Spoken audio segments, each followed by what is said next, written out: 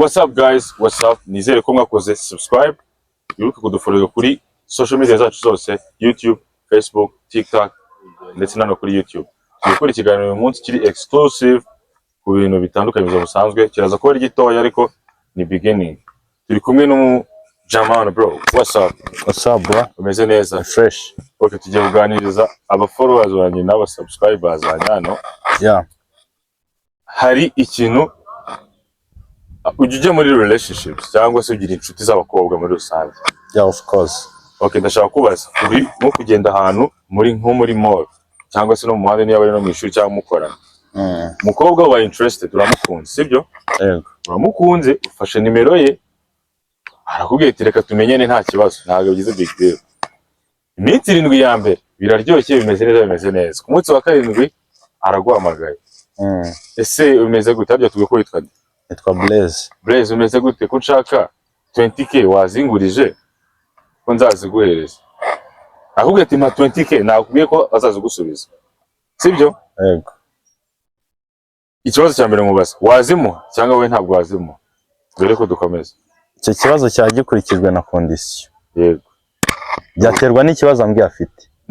Umuntu kugira ngo umuha amafaranga akubwira ikibazo. Tukimenyana urumva ngewe akinyaka ayo mafaranga aribwo tumenyanye. Nahita amenya ko ari gorodiga nta kindi nshakaho.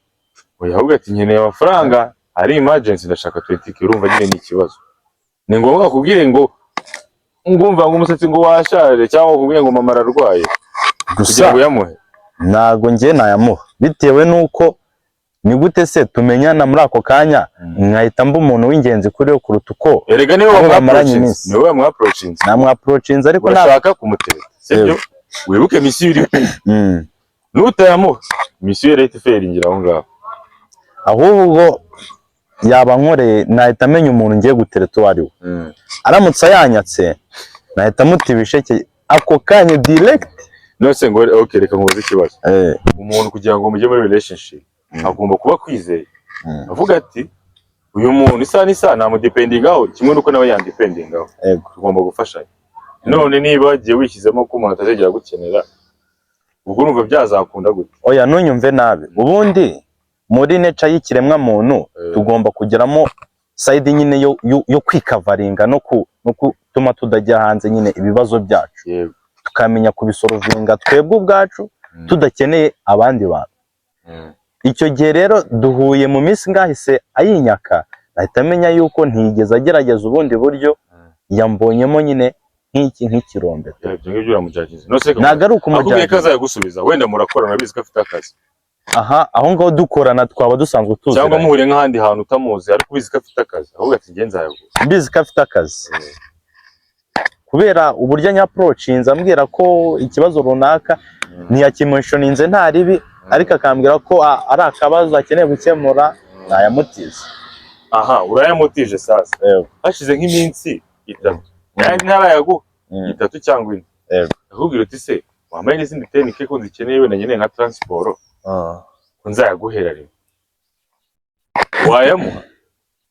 Byagera iyihe impact kuri ya relationship uri gushaka uri gutagatina no bana bana.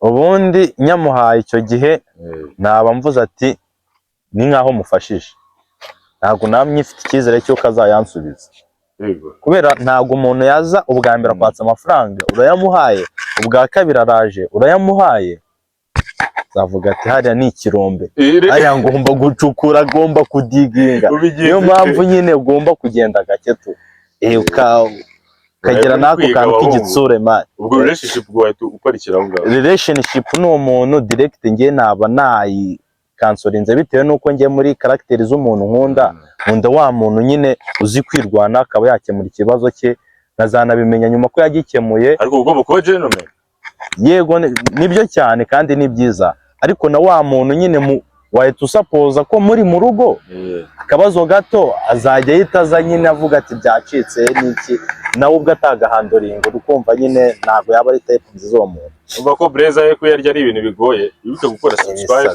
tubwire igitekerezo cyanyu muri comment mwe ko mubyumva uko mwabigenza abahungu n'abakobwa mutubwire se uwo muntu utekereza gutyo mwajya muri relationship naho butawe kuduha subscribe. Peace out.